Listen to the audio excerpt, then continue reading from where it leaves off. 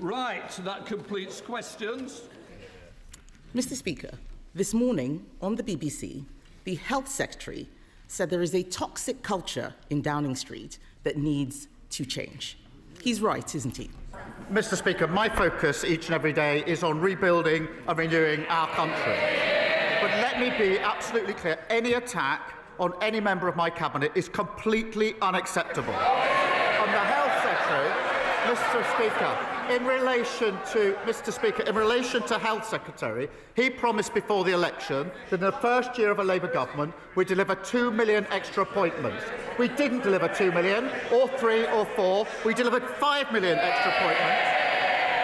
And today the Health Secretary is in Manchester, where he's announcing that because of the action he's taken to abolish NHS England, he's putting more people on the front line. He's doing a great job, as is the whole of my cabinet.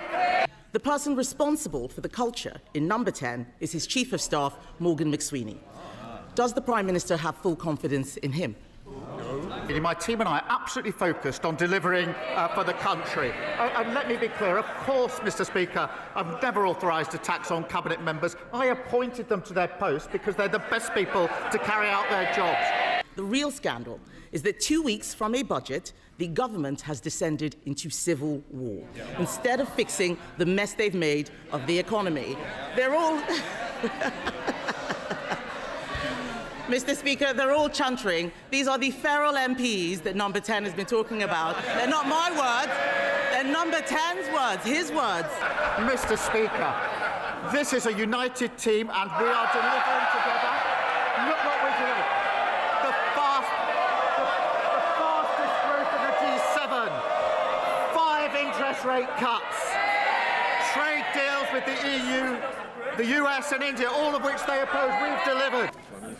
President Trump is trying to destroy our BBC, not because he cares about the truth, but because he doesn't want to get away with his lies.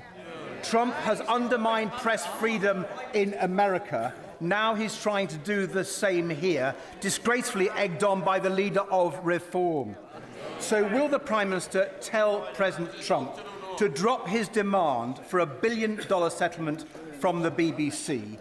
And will he guarantee that President Trump will not get a single penny from British licence fee payers? Let me be clear, I believe in a strong and independent BBC. Some would rather the BBC didn't exist.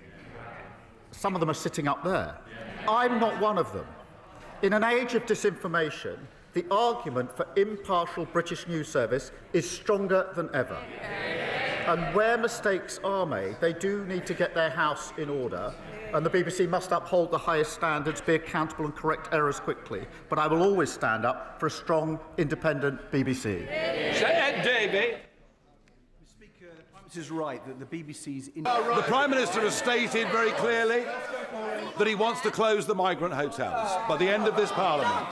Well, the Reform-led West Northamptonshire Council, brilliantly led council, will be issuing foreclosure notices on 3 migrant hotels within the next few days in response to grave public concern about the safety of women and girls on the streets of West Northamptonshire.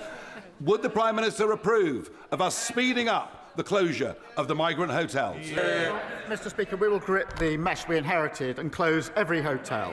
At their peak, under the previous government, there were 400 hotels. Now there are only 200 remaining.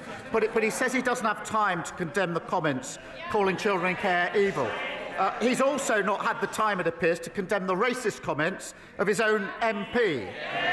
Utterly spineless. Jeff Smith. Thank you, Mr. Speaker.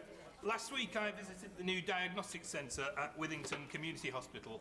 For more such videos, subscribe to the Newsx YouTube channel, hit the bell icon.